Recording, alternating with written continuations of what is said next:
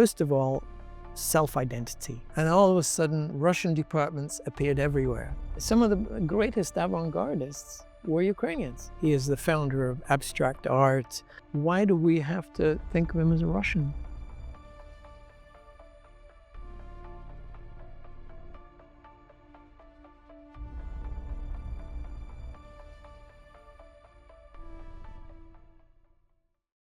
I grew up in England. I was born in England. I grew up in England.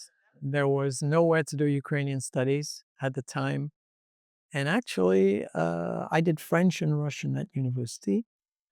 And I actually had trouble with my Russian instructors who told me that there was no Ukrainian language. There was no difference between Russian and Ukrainian. And I grew up with the Russian scheme of history, Russian imperial, constant expansion, constant consolidation of the big, great Russian Empire. But I came from a Ukrainian background. And so I was always, I was thinking always of ways how to answer that attitude, how to respond to those questions. And that got me into Ukrainian studies. I went into I went into a graduate program in Toronto, University of Toronto, and then that became a Ukrainianist. But it's a long. I'd have to write an autobiography to answer that question.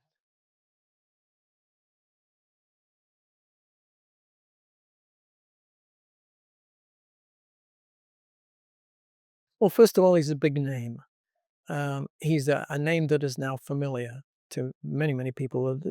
Basically, he is the founder of abstract art, very important in any design, contemporary design, use of colors, use of shapes.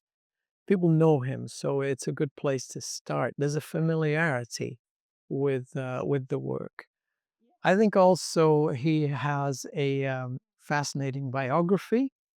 I always tell people, we had this discussion today about identity, how you can have a complex identity. I always tell people that there are three criteria by which you can attach a person to Ukrainian culture. First of all, self-identity. What did they say about themselves? Malevich said that he was Ukrainian. He wrote on documents that he was a Ukrainian. His whole family was Ukrainian. Actually, they were quite upset at one point because many of them didn't feel they were Ukrainian, but he put them down as Ukrainian in the documentation. The second category is, do they participate in a Ukrainian process, a cultural process? Are they part of a Ukrainian cultural process? Their friends, the groups that they are part of. He's clearly in that area. He was all his friends until he was 24 and he moved out of Ukraine were mostly Ukrainians. And he was in Kiev. He taught in the Avant-garde Kiev Art Institute. Did some of his best work, most interesting, most famous work, especially that second peasant cycle when he was there. So he's part of the process. And thirdly, is an artist's work Ukrainian? Can you say that this artist's work is Ukrainian or Russian or whatever? I think that that's the hardest to answer, but I think that that can be said about Malevich, especially when you look at the inspiration behind the work being peasant art, as he says in his own autobiography. That was what really impressed him as a child. That the colors, the forms, the way the peasants were able to stylize things on the white walls, and there's a deeper mystical aspect to that that comes from most Ukrainians who know about embroidery or know about the different forms of embroidery, or who know about the different symbols in art, the tree of life, the various stylized fauna and flora. They know that these are ancient, and that they know that these are symbols coming from a very distant past. So there is a Ukrainian aspect to him, and I think all these things can be used to show that yeah, he was a complex person, a person who spent time in different environments, but he's clearly Ukrainian. Why not? Why not? Let's explain that. Why not keep that? Why do we have to think of him as a Russian?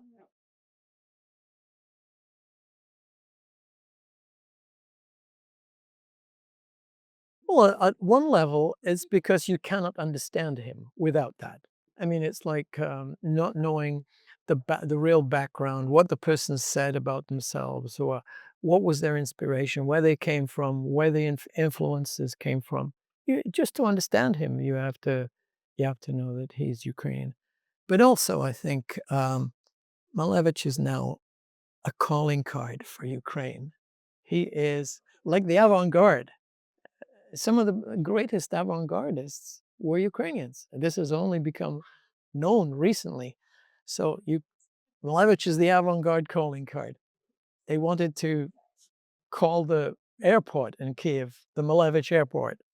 They may call a second airport Malevich Airport. So yeah, you have to know why Ukrainians are uh, why they appropriate Malevich, why they are so proud of Malevich, and why he is so much a part of Kiev and the Ukrainian avant-garde.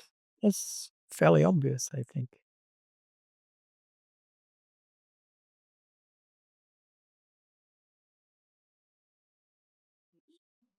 Oh, I think like in any kind of educational process, you have to teach, you have to write, you have to research, you have to explain things to people.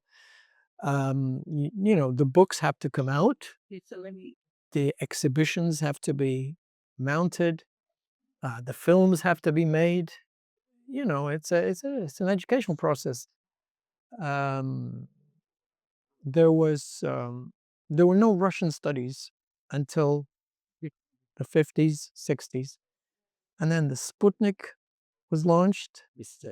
They put a Russian Soviet Union put a man on the moon or man into space. Um, they detonated the atom bomb, and all of a sudden, Russian departments appeared everywhere.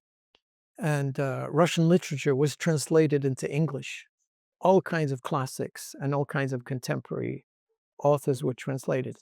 And over 50, 60, 70 years, there's been bookshelves and bookshelves of Russian authors, Russian, Russian histories have been published. Well, Ukrainians are just beginning that process now. Many works by brilliant Ukrainian authors are being translated into English and other languages. The histories are being written. Conferences are taking place. Actually, a lot of it only has happened after February 2022.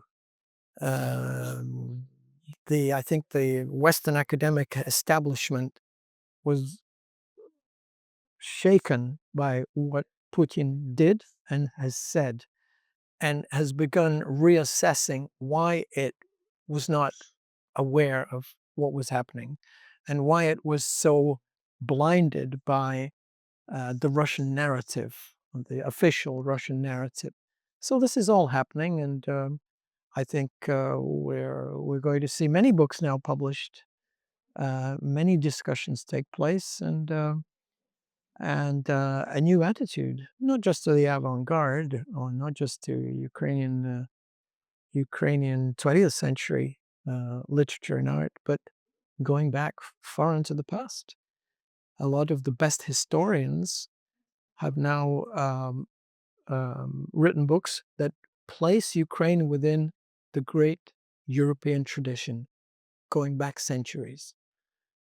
You cannot understand Ukraine without understanding the the way Ukraine developed under the Polish-Lithuanian Commonwealth, under Poland, the Cossack state of the 17th century, 18th century.